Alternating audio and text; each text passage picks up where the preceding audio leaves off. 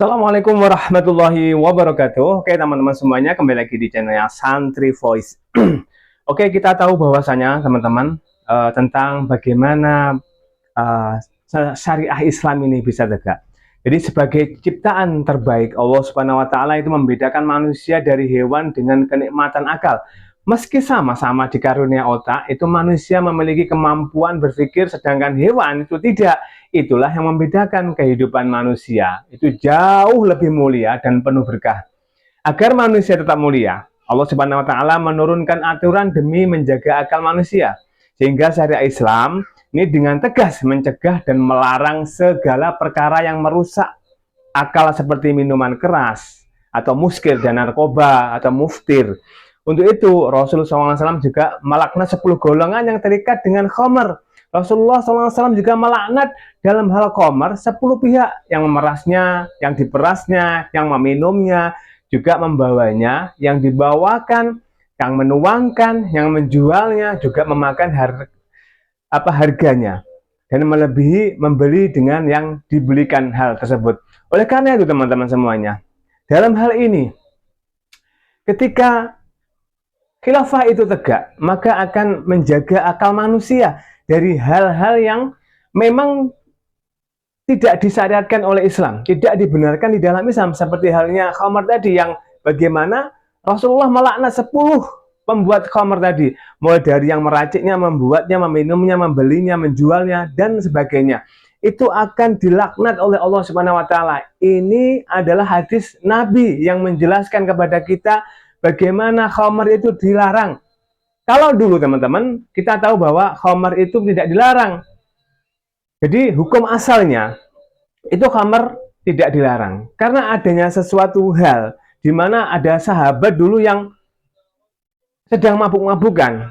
Jadi kaum Quraisy dulu mabuk-mabukan sehingga apa, ketika dia sholat dia lupa bacaannya. Nah, oleh karena itu khilafah ini ketika tegak maka akan menjaga akal manusia. Sehingga apa?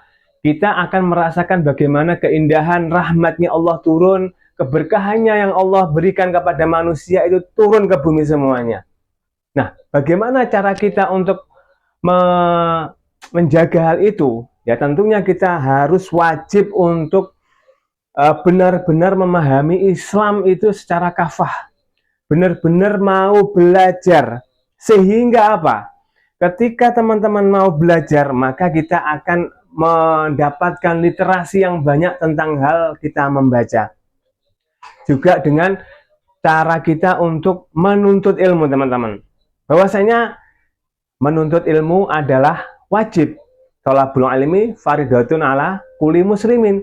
Mencari ilmu itu adalah fardu kifayah untuk seluruh muslim laki-laki dan perempuan.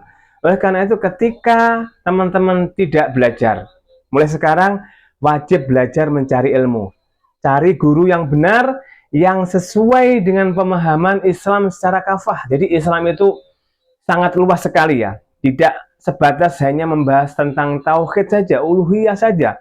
Tapi banyak hal tentang bagaimana kita berorganisasi, bagaimana sistem pemerintahan Islam, bagaimana berdagang secara Islam, bagaimana kita menjalin ukhuwah Islamiyah, hablum minan nasnya bagaimana, sehingga apa? Ketika ini terjadi, sehingga ini kita belajar, maka kita tidak akan kekurangan literasi dalam membaca. Kita tahu bahwasanya saudara-saudara kita di Indonesia itu paling banyak dan paling pinter teman-teman ini adalah para komentator. Tetapi minim pengetahuan, minim ilmu karena dia itu jarang membaca. Kita tahu bahwasanya beberapa bulan yang lalu itu koran menerbitkan bahwasanya warga Indonesia ini literasi membacanya sangat kurang, bahkan hanya terjadi kisaran 0,001%. Bayangkan dari seluruh penduduk di Indonesia, ini hanya 1 atau 2 orang saja yang membaca. Lainnya apa? Komentator. Jadi ini berbahaya ya teman-teman. Karena apa? Setiap tulisan kita, setiap ucapan kita, ini semua akan dipertanggungjawabkan nanti di akhirat. Mungkin kita hari ini tidak merasakan karena kita masih hidup, masih bernyawa di dunia ini.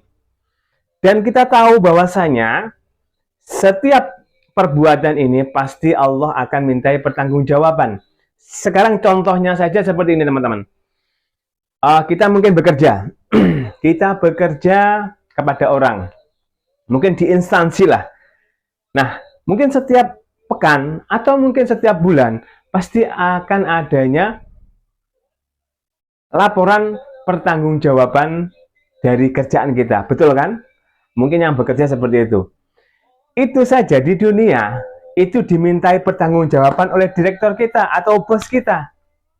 Nah, kenapa kok kita tidak berpikir bahwasanya nanti ketika di akhirat itu Allah pasti akan meminta pertanggungjawaban meskipun itu hanya sebesar biji zarrah atau sebesar pasir di lautan. Itu semuanya akan dimintai pertanggungjawaban oleh Allah, dan ketika kita sudah meninggal dunia, maka tidak ada lagi kehidupan di dunia lagi. Nah, tentunya penyesalan ini yang akan membuat kita jatuh ke dalam jurang api neraka. Oleh itu pentingnya bahwasanya teman-teman, sebelum kita melakukan apapun, kita harus berpikir.